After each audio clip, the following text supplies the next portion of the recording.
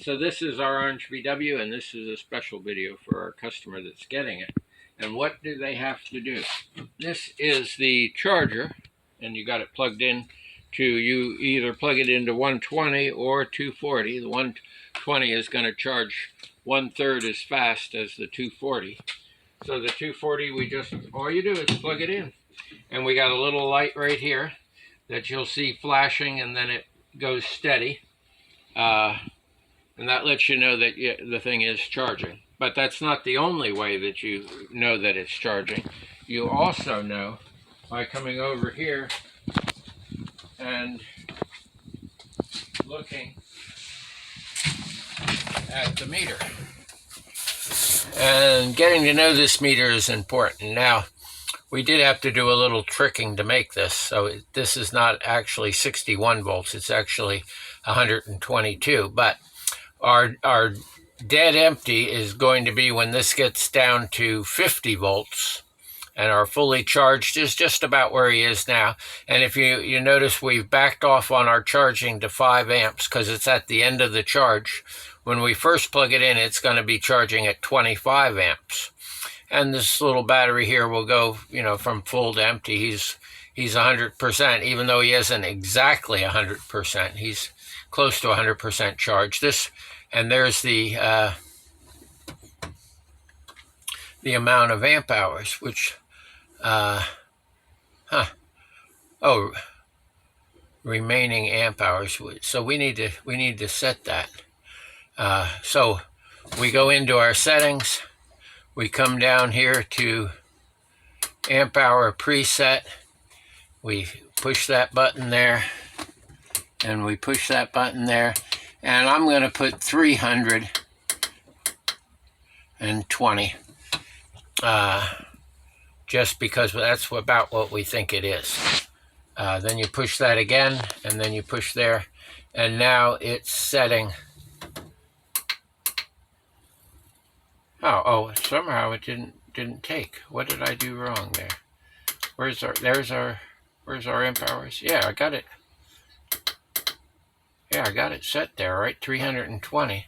Sometimes it has to cycle through a few times to figure out a few charges to get that number right, because it does that thinking while it looks at how far you went and how much you put back in, and then it thinks, oh, yeah, look at that. It went down to 6%.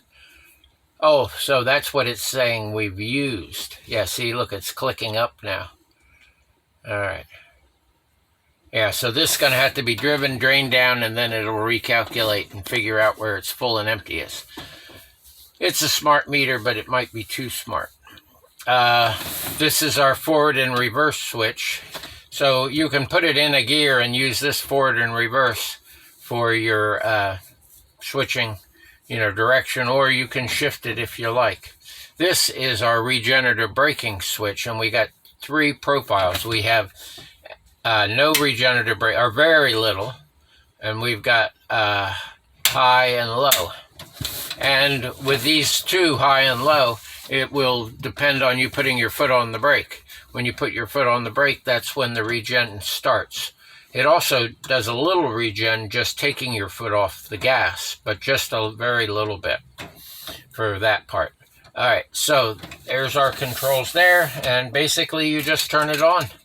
To turn the key on, and off you go. Now, all right, this is a little access panel to our BMS, and as you see right now, we've got it plugged into the computer. And this program here, like all programs, takes a little getting used to. It's called Termite. This shows all our battery voltages, so we can see that everybody is happy. I heard it. All right, so no handshake. I wiggled the cord around, and now there we go. All right, so when it's flashing like that off and on, that means that it's getting real-time data. And you see we got all our batteries are very close to being the same. Here it shows our highest and our lowest. Our lowest is 4.09 and our highest is 4.117. We got it on balance. We're balancing them right now to bring that even closer. But the voltage difference is 27 millivolts. And we are happy with, oh, it's actually going down to 26. The closer that is, the better. We don't want that to be over 100. But this part of it is just for testing. You'll get an alarm on the dash there. If there's a problem and the battery's management system is not happy for some reason, we get a red alarm on that panel up there. We also, on the panel up there, have a low voltage buzzer and a little, on the meter, a little light that says low voltage. So if you drive too far, you'll get warned that you're getting into that danger area. We don't have this set up where it will shut the vehicle all the way down if you do go too far. You have to watch that. Of course, we could set it up that way, but nobody wants it set up that way. They'd rather always be able to creep home no matter what. But if you hear the alarm go off, and I advise you to get to a charger as fast as possible. So that's pretty much it. We've got down here,